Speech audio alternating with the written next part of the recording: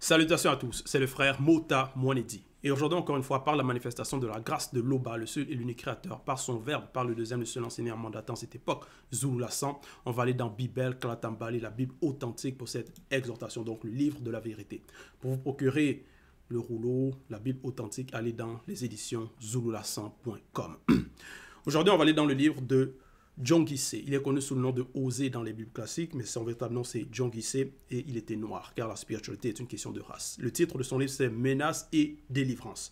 On va aller au chapitre 5 à partir du verset 1 jusqu'au verset 11. Et le titre par rapport au passage c'est Tu as perdu ton innocence. Déjà John Guissé, son nom ça signifie délivrance. Délivrance, donc il porte son nom. Parce que les messages qu'il va apporter, ce qu'il va dire, les prophéties qu'il va donner, parce qu'il va annoncer certains menaces parce que le peuple, déjà par beau contexte, c'était dans Wassé ancestral, donc l'Afrique ancestrale, dans des temps reculés. Et on sait que dans Wassé ancestral, l'Afrique ancestrale, il y avait des initiés, il y avait des non-initiés, il y avait des non-initiés graciés. Donc à certains moments, il y avait des périodes où le peuple non initiés, donc ils étaient corrompus, ils suivaient leur propre voie, ils étaient influencés aussi par les forces occultes, les démons, tout ça là, donc ils déviaient de la source naturelle. Et en cela, ils désobéissaient aux lois, aux ordonnances du verbe de l'Oba. Et en cela, quand il y a la désobéissance, il y a aussi des malheurs qui vont arriver, il y a des châtiments, il y a la protection qui est retirée. Donc c'est là, il y a menace par rapport aux actions des personnes à cette désobéissance-là, aux transgression. Et il y a aussi la délivrance parce que par rapport à la manifestation de la grâce de l'Oba, la compassion, il y a aussi des prophètes qui sont là, qui vont leur avertir, comme John Guissé qui va avertir le peuple de se détourner de la mauvaise voie, de revenir à la source, de mettre en pratique les lois et les ordonnances du verbe de l'Oba. En cela, donc, John Guissé va les rappeler cela. En cela, il va le titre c'est Tu as perdu ton innocence. Donc il va s'adresser aussi par rapport à une personne qui a perdu son innocence, qui va être corrompue, qui va dévier de la voie. Au verset 1, il est écrit, donc John Guissé 5, 1, il est écrit Quand tu étais jeune, virgule, donc une personne, mais c'est aussi le peuple non initié. Quand tu étais jeune, virgule, avant de perdre ton innocence, Mouta te dit, l'entité t'aimait. Point. Mouta te dit, c'est celui qui guide et qui intronise les initiés. Donc, quand tu étais jeune, virgule, avant de perdre ton innocence, comment une personne peut perdre l'innocence? Comment le peuple perd son innocence? Verset 2. Mais tu as perdu ton innocence, virgule, et tu t'es éloigné de la source naturelle. Tu t'es éloigné de la source, et la source, c'est avec un S majuscule, de la source naturelle. Donc, perdre l'innocence, ça va représenter se détourner donc de la bonne voie. Et parce que ça va représenter peut-être un enfant, tu l'éduques bien, tu l'enseignes les préceptes, ne pas insulter, ne pas mentir, ne pas voler, ne pas tricher, ne pas calomnier les autres, être respectueux. Et la personne grandit dans cet environnement-là. La personne est bien éduquée. Donc l'enfant est bien éduqué et la personne grandit maintenant. Maintenant, l'enfant peut aller au dehors. Une fois que l'enfant a grandi, il devient peut-être adolescent, adulte. Au dehors, maintenant, il y a aussi l'influence. Il y a aussi peut-être les amis, au travail. Donc la société, peut-être l'enfant, peut-être s'il a grandi au village, dans certaines conditions, mais il va dans un autre territoire où les personnes maintenant n'ont pas la même vision des choses, ne respectent pas les lois morales, et cette personne-là peut se laisser influencer par cela, par maintenant des faux enseignements, par la fausse doctrine, par donc l'anti-vérité. Donc, il peut avoir maintenant l'influence, la mauvaise influence qui va venir combattre, essayer de combattre et enlever les bons enseignements que l'enfant avait ou que la personne a reçus quand elle était enfant. quand elle était jeune.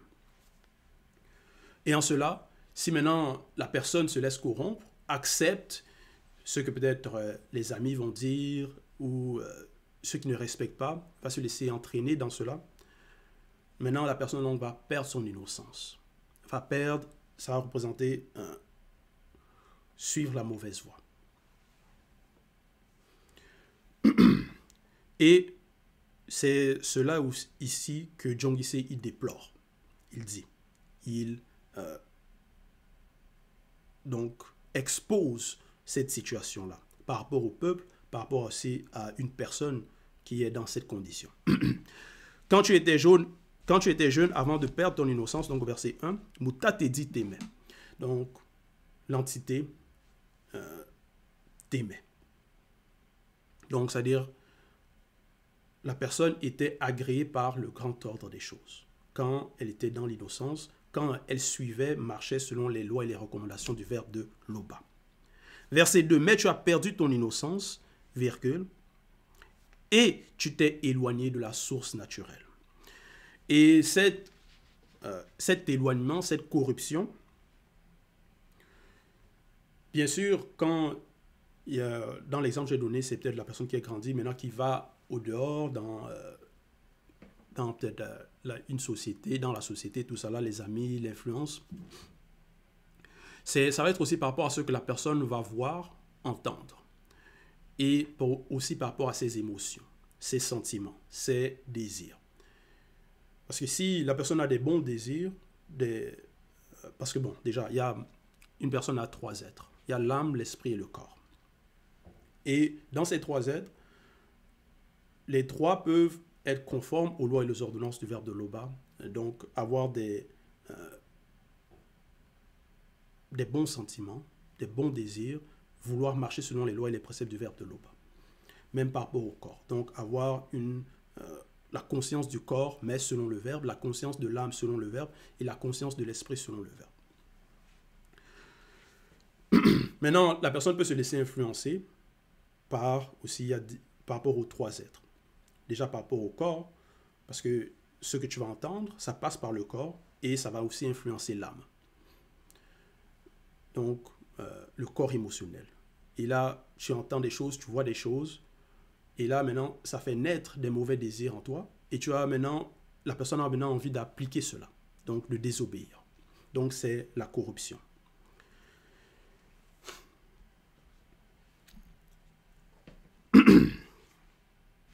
Donc, verset 2, mais tu as perdu ton innocence, virgule, et tu t'es éloigné de la source naturelle. Verset 3, et toi, virgule, reviens au verbe de Loba, virgule, garde la piété et la justice, virgule, et espère toujours en Loba. Point. Donc, voilà ce que Jeong Il-se, il recommande. Reviens. Malgré cela, que tu t'es éloigné, il dit reviens. Parce que la voie de la désobéissance, c'est dans cette voie, il y a la menace. La menace par rapport au châtiment, par rapport à la punition, par rapport au jugement.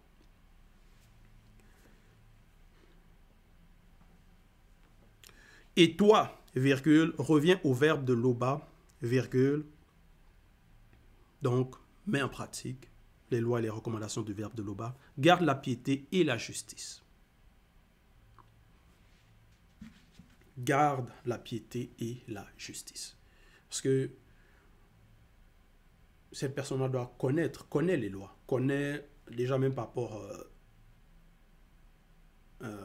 aux lois morales. Garde la piété et la justice et espère toujours en Loba. Verset 4. Maintenant, ils continuent à pécher, virgule. Ils se font avec leur argent des images en fonte, virgule, des idoles de leur folie, point virgule. Toutes sont les œuvres des artisans. Point. Donc voilà comment cet éloignement, où est-ce que ça mène? Quelle action ceux qui vont désobéir, ceux qui vont être éloignés de la source vont commettre?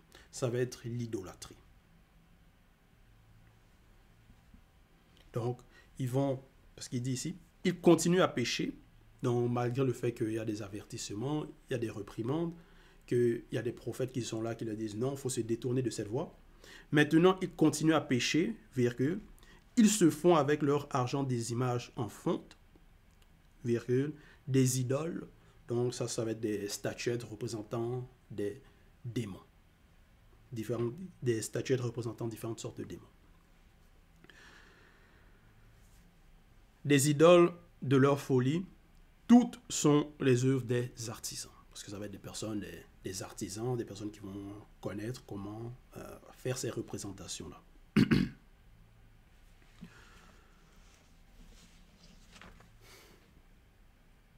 Et ce qui a été, c'est ce qui est. Donc, ce que John Guissé déplore ici, ce qu'il dit, cet état qu'il expose, même en cette époque, on voit les mêmes actions, les mêmes comportements par rapport à la désobéissance, par rapport à la désobéissance du peuple noir aussi, et même par rapport aux autres nations qui vont aussi commettre des actions similaires.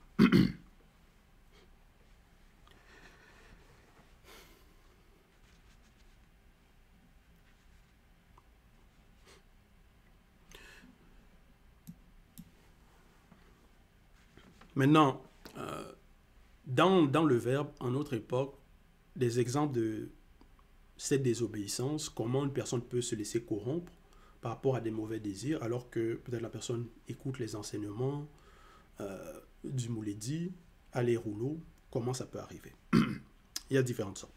Mais ça peut être, par exemple, la personne est là, écoute les vidéos, les enseignements, est assidue, mais maintenant on va au dehors, par rapport à déjà au visuel, peut-être un homme, il peut rencontrer une femme, voir une femme, et vouloir aller avec cette femme-là. Cette femme-là n'est pas dans le verbe. Donc, il peut avoir la séduction aussi par rapport à cela. Et maintenant, la personne va laisser naître en elle donc des mauvais désirs, des mauvais sentiments, et va vouloir aller donc désobéir, coucher avec cette femme. Ça, c'est un exemple de corruption, de perte de l'innocence. Il y a aussi, par rapport à la famille, ça peut être aussi par rapport à des rêves. Par exemple, si tu as une personne dans la famille qui meurt, par rapport aux sentiments peut-être que tu avais par rapport aux membres de la famille, tout ça là, tu peux avoir des rêves que non, oh, ce membre de la famille m'est apparu, m'a dit ceci, alors que ce sont des démons familiers qui vont prendre l'apparence de cette personne-là et pour te parler dans les rêves, pour que tu puisses accepter une fausse doctrine par rapport à que non, cette personne-là m'a parlé alors que c'est un démon. Donc, les démons familiers, donc les faux rêves, et aussi les fausses visions aussi, qui peuvent corrompre la personne et introduire une mauvaise semence. En cela, tu peux maintenant te mettre à divaguer. Verset 5. C'est pourquoi ils seront comme la nuée du matin, virgule, comme la rosée qui bientôt se dissipe, virgule, comme la balle emportée par le vent, virgule, comme la fumée qui sort d'une fenêtre. Point. C'est pourquoi. À cause de la désobéissance. Ils vont être comme cela. Moudi, verset 6. Ils se sont rassasiés dans leur pâturage, point virgule. Ils se sont rassasiés, virgule. Et la conscience de leur cœur s'est enflée, point virgule. C'est pourquoi ils ont oublié la loi du verbe de Loba. Point. C'est là, au verset 6, il dit, ils se sont rassasiés. C'est-à-dire, la personne qui perd son innocence, le peuple non initié, dans cette désobéissance, dans leurs mauvaises actions, ils vont faire l'idolâtrie en plein air. Mais néanmoins, il est écrit, ils se sont rassasiés dans leur pâturage. Donc néanmoins, ils vont désobéir, mais ils vont bien manger, ils vont se rassasier, remplir leur ventre. Ça va représenter, ils vont être dans l'abondance physique, par rapport aux richesses, tout ça là. Ils se sont rassasiés et la conscience de leur cœur s'est enflée. Donc, ils deviennent arrogants parce que ils peuvent... Il y a des personnes comme cela, des rois corrompus comme cela, qui vont être dans la désobéissance, qui vont faire l'idolâtrie, qui vont faire des alliances occultes, vont être dans l'arrogance néanmoins parce qu'ils vont se dire, bon, rien ne nous arrive, il n'y a pas de malheur, on n'est pas frappé, donc ça veut dire, pour eux, on est dans la bonne voie, donc on est correct. Il y a aussi, en cette époque, il y a certains politiciens aussi qui vont penser comme cela. Ils vont opprimer le peuple, faire des mauvaises actions, ils vont dire, bon, rien ne leur arrive, c'est comme s'ils ont l'arrogance, ils sont hautains, ils vont parler, oser, alors qu'ils sont en train de désobéir, alors qu'ils ne voient pas donc la menace spirituelle qui est derrière, parce qu'ils n'ont pas la vision. Ils se sont rassasiés dans leur pâturage, point virgule, ils se sont rassasiés, virgule, et la conscience de leur cœur s'est enflée, point virgule. C'est pourquoi ils ont oublié la loi du ver de l'Oba. Point. Donc maintenant, ils oublient. Parce que maintenant, la personne qui est dans cet état, qui se laisse corrompre, qui divague, la personne va oublier, va persévérer dans les mauvaises actions, ça va être comme dans les mauvaises actions, va maintenant oublier les lois. Les lois, c'est très très loin. Parce qu'avant, peut-être la personne, quand au début elle va commettre, va désobéir, elle va avoir cette conscience-là que non, ne fais pas, respecte les lois. Mais au fur et à mesure, la personne persiste, c'est comme si maintenant, cette voie-là, qui la dirigeait, qui la disait non, c'est comme si c'est loin maintenant. Elle l'oublie. C'est pourquoi ils ont oublié la loi du verbe de l'Oba. Verset 7, Mundima Beko qui s'est dit sera pour eux comme un lion et les épiera sur la route. Point. Mundima Beko qui s'est dit donc l'entité des châtiments en charge du domaine de la nature. Sera pour eux comme un lion. Et oui, parce que face à cette désobéissance, face à ces mauvaises actions, ça ne va pas être impuni.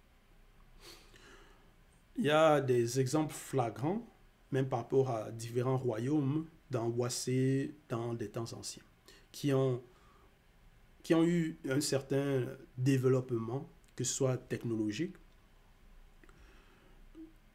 mais ils se sont laissés corrompre et ont pratiqué donc l'idolâtrie en plein air et ils ont été frappés. Cette arrogance-là a été brisée. On voit cela par rapport à l'Égypte, donc Djenné, les Djenné non initiés. On voit les vestiges qu'ils ont laissés, les statuettes représentant donc des fausses représentations, mauvaises représentations des démons. Et le territoire maintenant qui est là-bas, qui habite là-bas. Qu'est-ce qui est arrivé de toute cette connaissance-là qu'ils avaient, les technologies qu'ils ont pu bâtir, les richesses qu'ils avaient, tout ça là. Ils avaient un renom, mais est-ce qu'on voit cela maintenant physiquement? Ou est-ce que cette idolâtrie-là les a amenés? Ça, ce sont des leçons aussi à ne pas oublier. Parce que ce qui a été, c'est ce qui est. Ce n'est pas seulement le seul peuple qui a eu ce genre de menaces, de châtiments. Il y a aussi même par rapport les Batoba Iondi, donc les Atlantes aussi.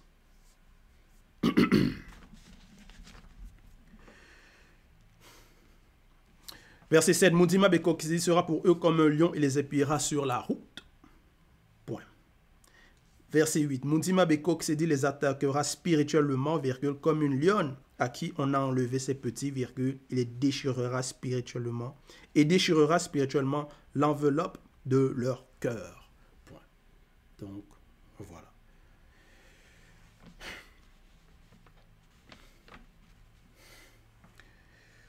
Verset 9, ce qui cause ta ruine, virgule, non initié, virgule, c'est que tu as été contre le verbe de loba, virgule, contre celui qui pouvait te secourir. Point. Eh oui. Plusieurs dans le visible des non-initiés sont contre le verbe par leurs mauvaises actions, désobéissent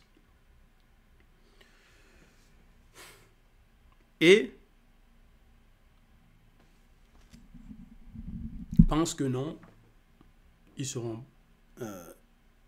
désobéissent et ils sont dans un état de ruine, dans un état de déclin. Les projets n'arrivent pas, ça ne marche pas. On voit les pays, différents peuples. Ils essaient de chercher des solutions, que ce soit par rapport à la politique, des rois, mais ils ne regardent pas vers le verbe de Loba. Ce qui cause ta ruine non initiée, c'est que tu as été contre le verbe de Loba. C'est ça qui cause la ruine du peuple noir. C'est à cause de la désobéissance que le monde est ainsi. Contre celui qui pouvait te secourir. Verset 10. Où donc est ton roi, point d'interrogation, qui te délivre dans toutes tes villes? Eh oui, qu'il te délivre dans toutes tes villes. Parce qu'on voit, il y a des malheurs, des calamités, des atrocités qui arrivaient aussi dans des temps jadis. Mais ces personnes-là, ils n'étaient pas délivrés. Pourquoi? Ils priaient, mais ils priaient à des faux dieux. Ils demandaient le secours, mais ils ne demandaient pas le secours au verbe de Loba. Dans cela, il n'y a pas la délivrance.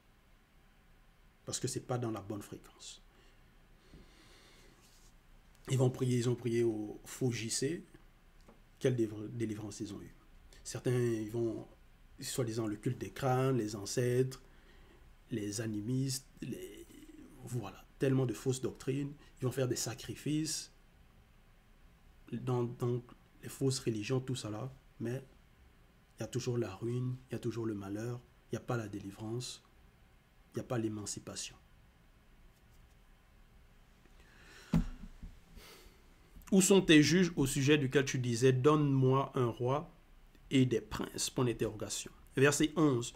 Le non-initié sera puni par Mundima Beko qui s'est dit, virgule, parce qu'il s'est révolté contre le verbe de Loba. Point. À cause de la révolte. À cause de la perte de l'innocence. Donc, ça veut dire, même par rapport à nous, qui sommes dans le verbe, qui sont des non-initiés graciés, qui ont accepté la vérité, si on se détourne, c'est aussi la menace par rapport au châtiment aussi. Parce que si on meurt dans le péché, c'est le jugement. Ce n'est pas seulement la foi, c'est la foi et les œuvres, et la mise en pratique. En cela, revenir à la source naturelle, ou demeurer, pour ceux qui sont égarés, c'est de revenir. Pour ceux qui sont, c'est de demeurer. En demeurant, c'est quoi? Comment? Les rouleaux, la connaissance, les lois et les ordonnances, les préceptes, la mise en pratique. Donc, et c'est en cela qu'on obtient la délivrance. Donc voilà, c'était l'exhortation, tout gloire et tout honneur à Loba, le seul et l'unique créateur.